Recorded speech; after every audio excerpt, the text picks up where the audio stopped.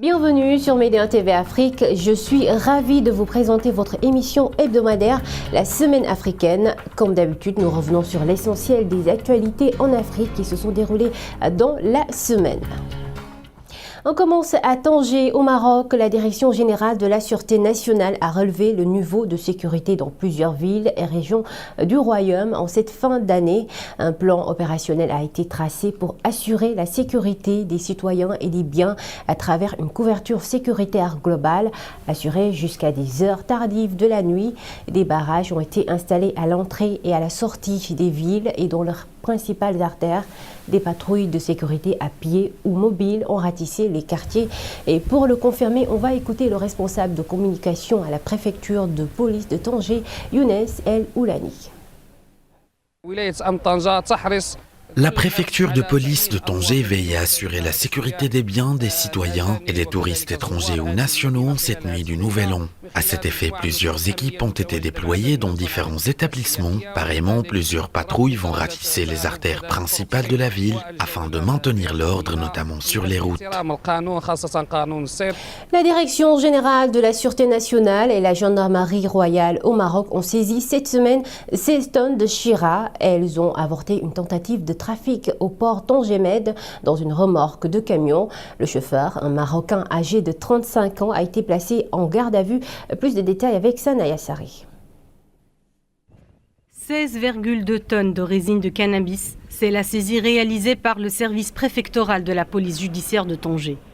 Selon un communiqué de la Direction générale de la Sûreté nationale, la drogue était dissimulée dans des caisses en bois à bord d'une remorque reliée à un camion de transport international immatriculé au Maroc et conduit par un Marocain âgé de 35 ans. Cette opération sécuritaire s'inscrit dans le cadre des opérations menées durant l'année 2019 en vue de lutter contre les réseaux criminels spécialisés dans les trafics de drogue ayant des intersections avec d'autres réseaux internationaux. Le conducteur mis en cause a été mis en garde à vue. L'enquête judiciaire sera menée sous la supervision du parquet compétent. Les recherches et les investigations se poursuivent pour arrêter toutes les personnes impliquées dans ce réseau criminel et déterminer ses éventuelles ramifications au Maroc et en Europe, ainsi que ses liens présumés avec des réseaux criminels transfrontaliers. Dans sa lutte anti-drogue, l'année 2019 n'a pas été de tout repos pour les services de police. Selon un bilan officiel, il a été procédé à la saisie de 179 tonnes de cannabis au Maroc. On parle à présent de la crise sans précédent du transport urbain à Kénitra au Maroc. Pour faire face à l'absence de bus, des véhicules de remplacement ont été mis en place, mais la situation du secteur reste critique. Les détails dans ce reportage de Marwa Ben Alima et Younes Meshsouri avec les récits de Younes Bendineb. La ville de Kénitra vit depuis plusieurs jours sous l'effet d'une crise de transport urbain par bus sans précédent. La société délégataire a cessé ses activités. Aucun bus n'est en circulation dans cette ville connue pour ses nombreuses lignes. Les citoyens peinent à rejoindre les différents quartiers lointains et les étudiants souffrent pour regagner leur lieu de scolarité. Il n'y a pas de bus. Les étudiants souffrent car cette crise survient en pleine période d'examen. Il faut que la commune urbaine intervienne pour nous trouver une alternative.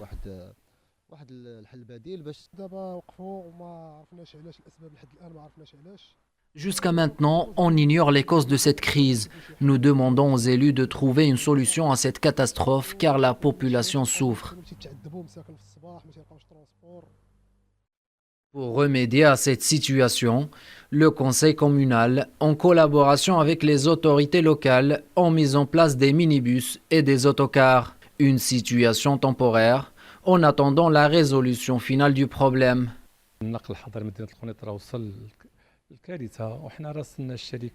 Le transport urbain vit une situation catastrophique.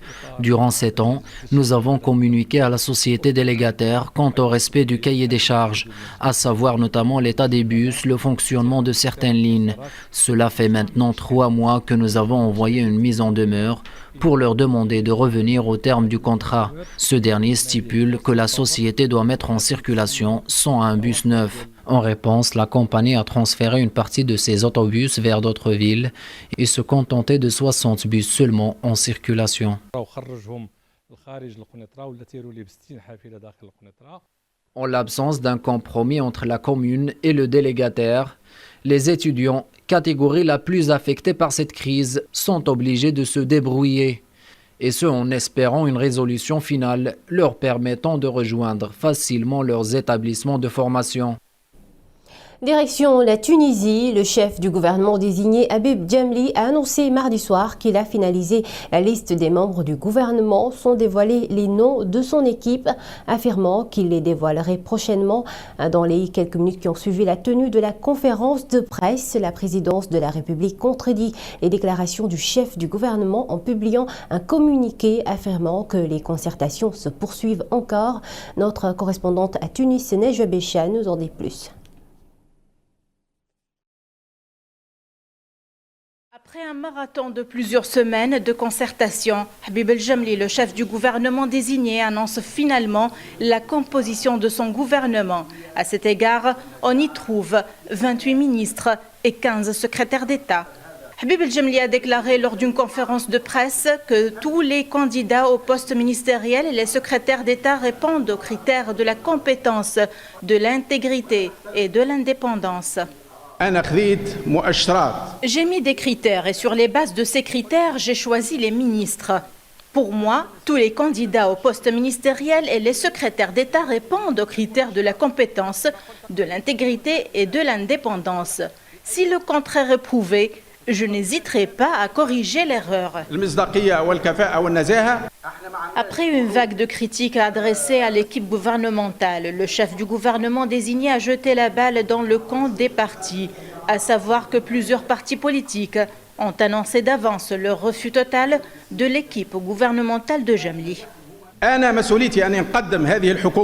Il est de ma responsabilité de présenter mon équipe gouvernementale au Parlement et ils ont le droit de voter contre ou en faveur de ce gouvernement. Dans tous les cas, j'ai la conscience tranquille. De sa part, le président Kais Saïed a envoyé une correspondance au président du Parlement Rachid El Ghanouchi pour fixer la date d'une plénière de vote de confiance au gouvernement d'El Djamli. Abderrahman Raouia, Farouk Chiali, Hassan Mermouri ou encore Sid Ahmed Farouki, 4 ministres sous Bouteflika, qui font désormais partie de l'équipe gouvernementale d'Abdelmajid Tebboune. Une liste de 39 membres, dont 5 femmes, présentées par le porte-parole de la présidence. Plus d'un tiers des ministres nommés l'étaient des gens dans le gouvernement sortant. Sabri Boukadou conserve ainsi le portefeuille des affaires étrangères. Du côté du ministère de l'Habitat, il n'y a pas aussi de changement. Justice également, Belkacem Zegmati conserve toujours son portefeuille. On est encore loin du renouvellement exigé par le mouvement de contestation qui compte encore descendre dans la rue ce vendredi pour protester contre leur nomination.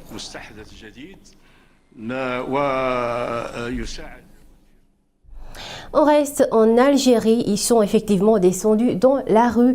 Environ 2000 étudiants, enseignants et d'autres citoyens ont à nouveau manifesté cette semaine à Alger contre le régime. Ils rejettent l'offre de dialogue faite par le nouveau président Abdelmajid Tebboune au mouvement de contestation populaire. La foule a également scandé des slogans visant le haut commandement militaire qui dirige l'Algérie depuis son indépendance en 1962.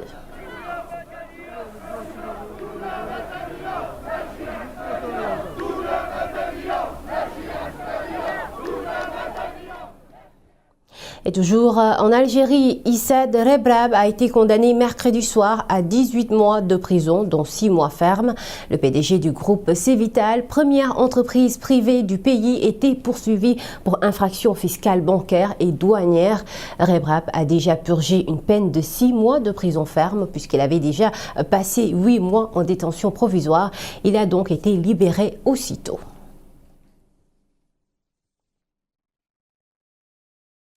L'Iran et les nations libres de la région promettent de venger la mort de Qasem Soleimani. Le puissant chef de la force Al-Quds, une unité d'élite de l'armée iranienne, a été tué tôt ce vendredi dans le bombardement d'un convoi dans l'aéroport de Bagdad. Selon le Pentagone, c'est le président américain en personne qui a donné l'ordre de tuer le général iranien. Les détails avec Younes Benzineb.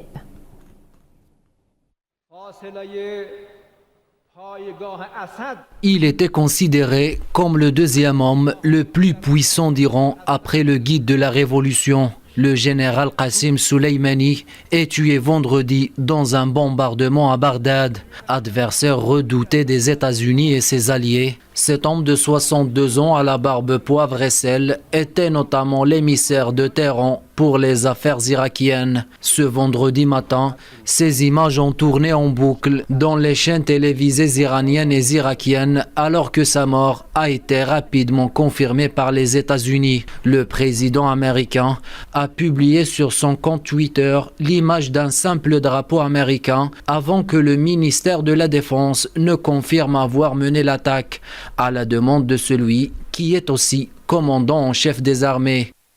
Sur ordre du président, l'armée américaine a pris des mesures décisives pour protéger le personnel américain à l'étranger en tuant Qasem Soleimani.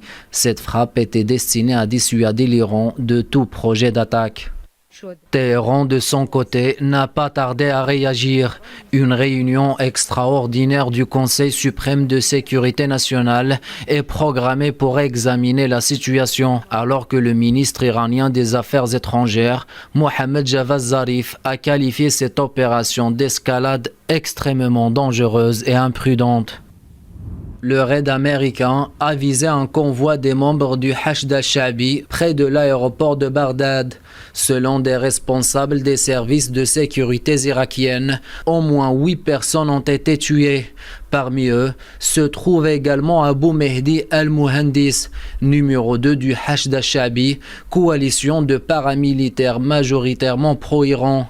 Ce bombardement intervient 3 jours seulement après une attaque inédite de l'ambassade américaine par des manifestants pro-iraniens. Un épisode de violence qui semblait terminer mercredi avec le retrait des manifestants de la zone verte. Mais le raid de ce vendredi donne de plus en plus de consistance à la menace qui pèse depuis des mois sur l'Irak. Son sol est en effet en train de se transformer en un champ de bataille par procuration pour l'Iran et les États-Unis.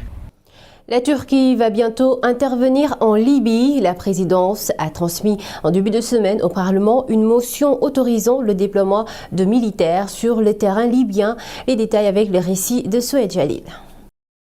Le texte a été envoyé ce lundi au Parlement pour examen. La présidence turque a en effet transmis la motion autorisant le déploiement de militaires en Libye à la Chambre des représentants. Celle-ci devra décider de l'envoi de troupes pour soutenir le gouvernement de Tripoli allié d'Ankara, une initiative qui s'inscrit dans le sillage d'un accord de coopération militaire et sécuritaire conclu fin novembre entre Erdogan et le chef du gouvernement d'union nationale libyen, Faiz al-Sarraj. Le ministère des Affaires étrangères vient de présenter une motion à la présidence pour qu'elle soit envoyée au Parlement. À partir d'aujourd'hui, nous avons appris du bureau du président que cette motion sera envoyée au Parlement dans la journée avec la signature de l'honorable président. Selon plusieurs analystes, un déploiement de soldats turcs sur le terrain est susceptible d'aggraver le conflit fratricide, un conflit alimenté par des puissances régionales rivales et qui déchire la Libye depuis la chute du régime de Muammar al-Kadhafi en 2011. La Turquie peut transférer des forces libérales depuis la Syrie en Libye. Elle peut aussi envoyer des forces privées turques comme les forces El Sadat. Toutefois, et même si la Turquie envoie des troupes, elle limitera le déploiement de ses forces spéciales. Ces forces seront présentes à l'arrière des fronts et n'aideront que pour les entraînements et l'aide technique. Reconnu par les Nations Unies, le gouvernement de Faiz Sarraj fait face à une offensive de l'homme fort de l'Est libyen, le maréchal Haftar, Lundi, lors d'un entretien téléphonique, les présidents français Emmanuel Macron et égyptien Abdel Fattah al-Sisi ont évoqué les risques d'une escalade militaire, appelant l'ensemble des acteurs à la plus grande retenue, rapporte la présidence française. De ce fait, les présidents Macron et Sisi ont convenu d'agir en étroite coordination dans la perspective de la conférence de Berlin pour faciliter une relance décisive des négociations interlibyennes. Dans un entretien téléphonique entre Donald Trump et Recep Tayyip Erdogan, le président américain a mis en garde son homologue turc sur la tentative d'intervention militaire en Libye qui ne ferait qu'empirer les choses dans ce pays déjà divisé par un conflit fratricide depuis la chute du chef d'État Moammar Kadhafi.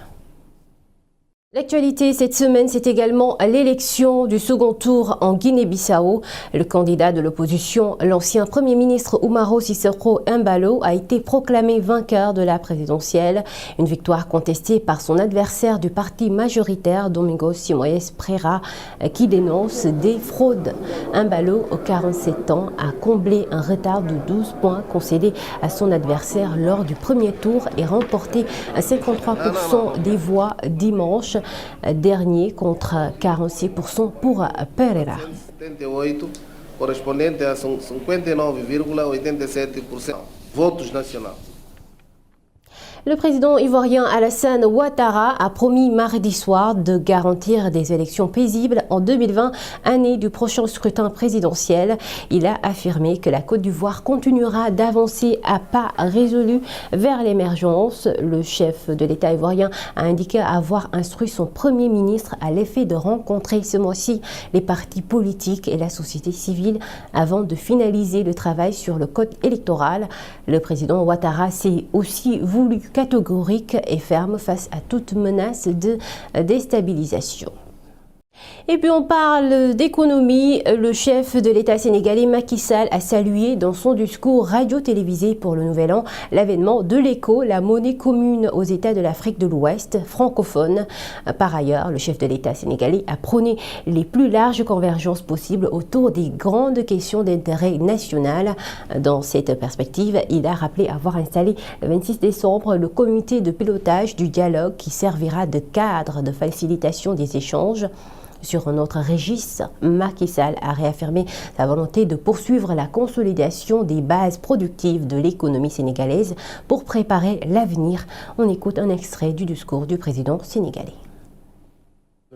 Préparer l'avenir, c'est également assumer nos responsabilités en tant qu'Africains, 60 ans après les indépendances, à travers une intégration économique régionale plus forte et plus solidaire.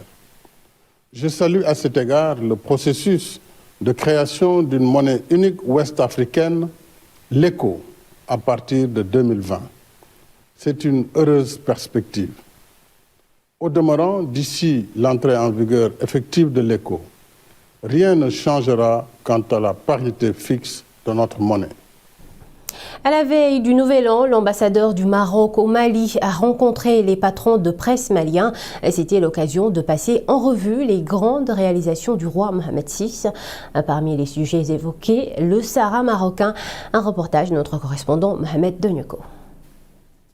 C'est au sein de sa résidence que l'ambassadeur du Maroc au Mali, son Excellence Hassan Nassiri, a reçu les patrons de presse maliens, le chargé à la communication des institutions et le ministre de la Communication.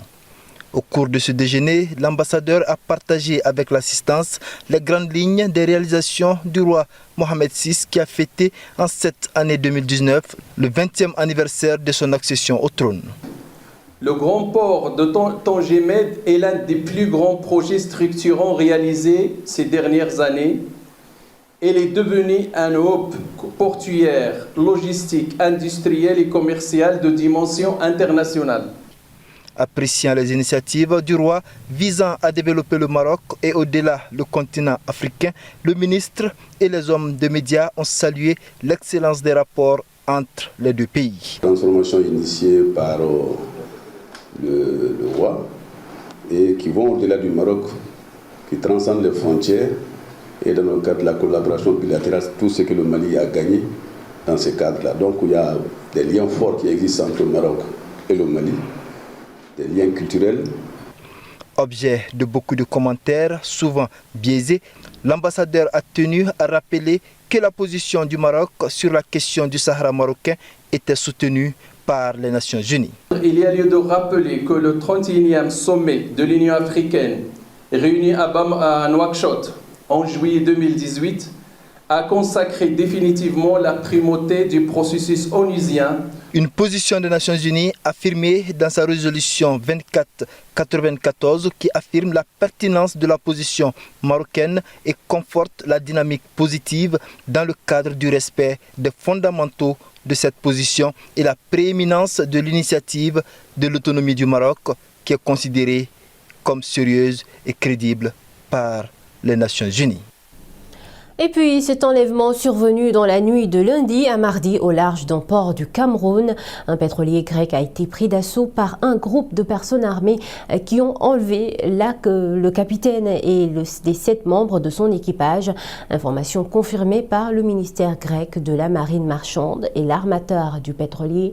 Les enlèvements contre rançon sont relativement fréquents dans le golfe de Guinée, une zone considérée comme le nouvel épicentre de la piraterie maritime mondiale.